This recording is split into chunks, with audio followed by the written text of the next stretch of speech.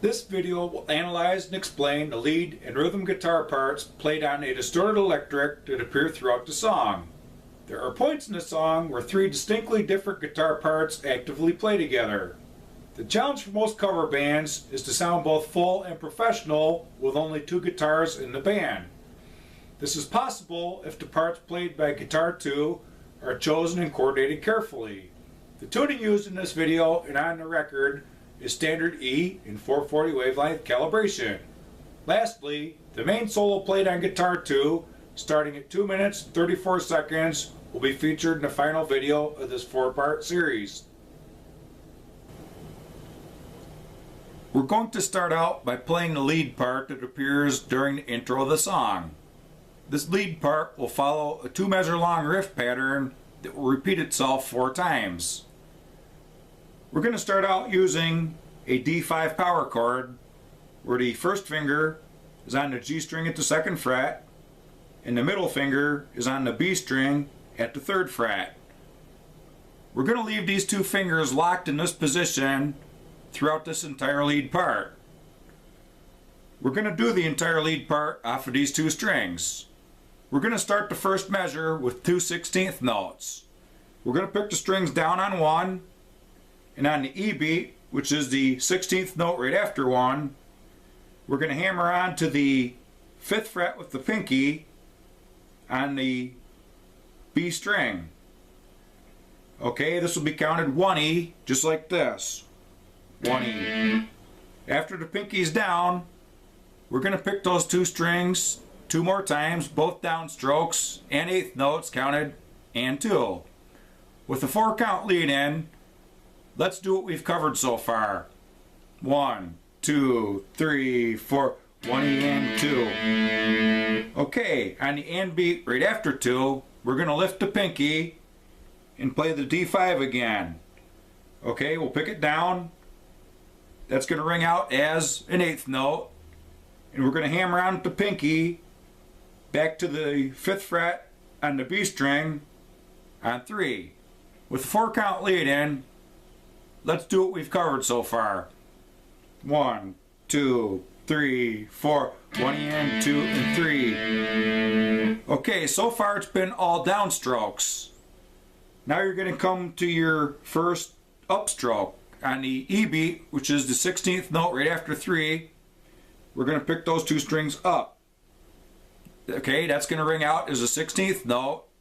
We'll pick them again down on the and beat right after 3, which will ring out as an 8th note.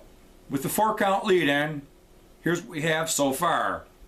1, 2, 3, 4, 1 E and 2 and 3 E and. Okay. What we're going to do now is lift the pinky and we're going to play that D5 by picking it down on 4. After that, we're going to hammer on to the 5th fret again, that B string with the pinky, on the E beat, which is the 16th note right after 4.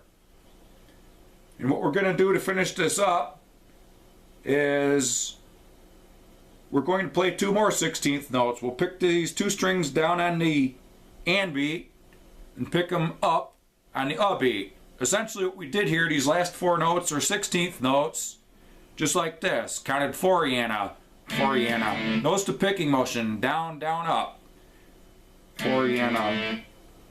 With the 4 count lead in, here's what the entire first measure is going to sound like. 1, 2, 3, 4, 1 and 2 and 3 E and 4 yana. The second measure of the riff pattern is going to be exactly the same as the first measure of the riff pattern, all the way up until the first 16th note, the E beat, right after 3. With a 4 count lead in, here's what we have so far for the second measure, and notice it's exactly the same as the first measure up until that point. 1, 2, 3, 4, 1 and 2 and 3 E. From this point, what we're going to do is shift the first and second finger up in pitch on them same 2 strings till the first finger is on the 7th fret and the middle finger is on the 8th fret. What we're going to do here is pick these two strings down on the and beat after 3 and let them ring out as an 8th note. We'll pick them down again on 4 and let them ring out as another 8th note. On the and beat after 4, we'll pick them down again, but this time they only ring out as a 16th note. We'll finish up that second measure of the riff pattern by picking them two strings up on the final beat. The last 4 notes that we played here is all that's different between the second measure and the first measure. It'll be counted and 4 and pick down, down, down, up, just like this. And 4 and With the 4 count lead in, here's what the second measure is going to sound like.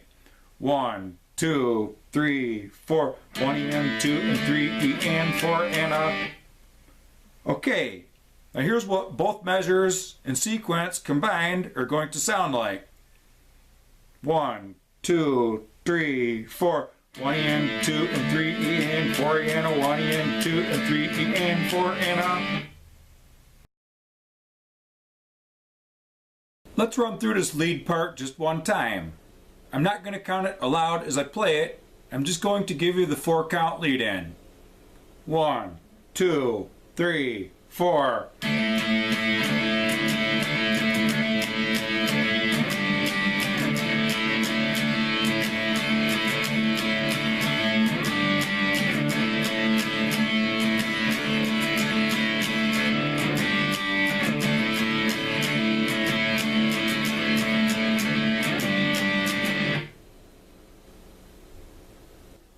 There's actually 3 guitar parts active during the intro. As long as guitar 1 is carrying the rhythm with the clean part, it will still work with this lead part on guitar 2. It might not sound nearly as full or have the same punch, but it will still sound good. Here's what the intro will sound like arranged this way. Pay close attention to the way the lead part ends and goes into the first verse.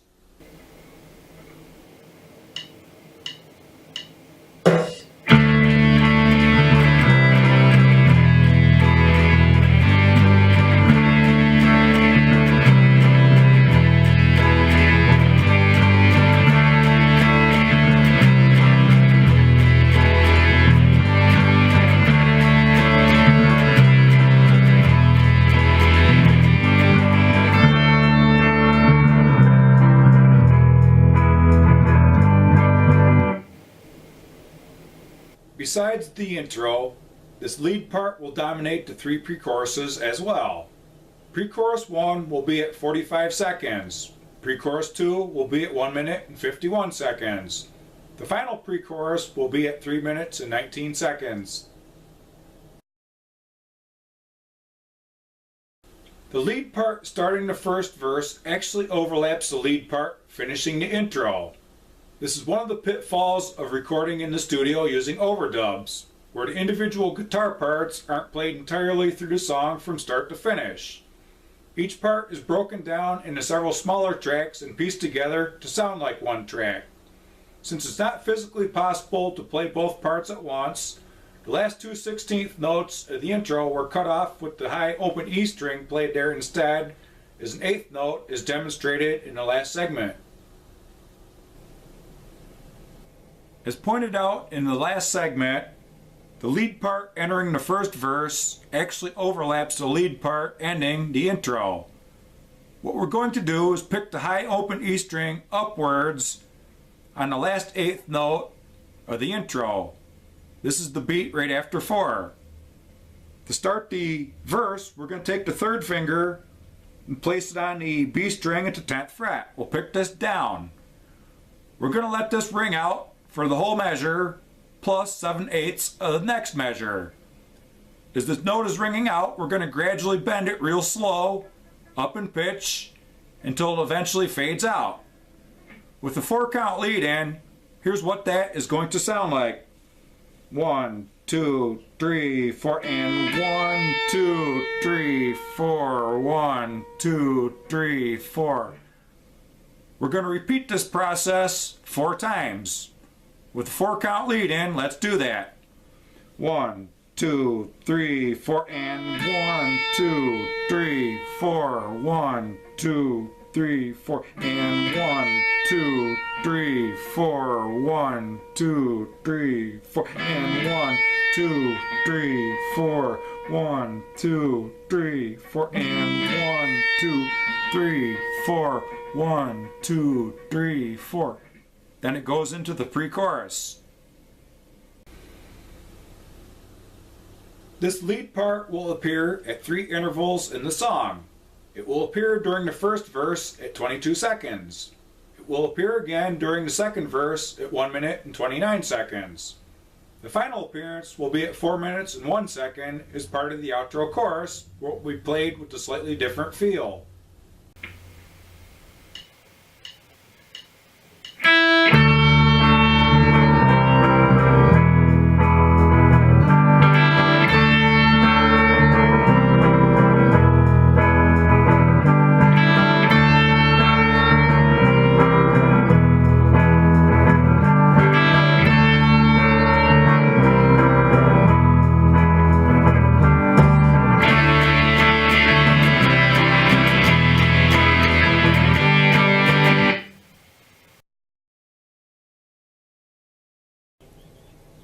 During the choruses, Guitar 2 is pretty much going to be played exactly the same way as Guitar 1. The only difference is Guitar 2 will be distorted and use root 5 power chords, whereas Guitar 1 will either be an acoustic or a clean electric that's playing major chords. The count and the strumming pattern will be exactly the same, and that was pretty well expanded upon in the first video of this 4-part series, so it won't be covered again here. We're going to start out by playing a D5 power chord. That's where the first finger is on the G string at the 2nd fret, and the middle finger is on the B string at the 3rd fret. We'll progress from there to a C5 power chord. That's where the first finger is the root note on the A string at the 3rd fret. We'll start the second measure of the riff pattern by going to an open E5 power chord. We're picking the open E string, but we're also barring the A and D strings at the 2nd fret with that first finger. We'll finish up the riff pattern by going to the G5 power chord, and that's where the first finger is the root note on the E string at the 3rd fret. The only other thing we'll do differently is that between chords, we won't pick the open E, B, and G strings upwards, let them ring as we're changing the chord. What we'll do instead is loosen our fingers on the chord that we just played, and we'll pick those strings upwards and make them click. This is called a ghost note, just like this. You'll barely even notice it when we play the rhythm. With the 4-count lead in, let's run through the chorus one time from start to finish. 1, 2, 3, 4. 1, 2, a 3 and 4 and a 1. 2, a 3 and 4 and a 1. 2, a 3 and 4 and a 1. 2, a 3 and 4 and a 1. 2, a 3 and 4 and a 1. 2, a 3 and 4 and a 1. 2, a 3 and 4 and a 1. 2, a 3 and 4 and a. Besides the intro, this distorted rhythm part will appear 4 other times in the song. The first will be the first chorus at 1 minute and 7 seconds. The second will be in the second chorus at 2 minutes and 13 seconds. The third will support the main solo at 2 minutes and 34 seconds. The final appearance will be at 3 minutes and 41 seconds in the third chorus and continue until the end of the song. Notice that when this part doubles Guitar 1, it nearly drowns out the clean part. Here's what this rhythm part will sound like doubling Guitar 1 during the intro without the lead part.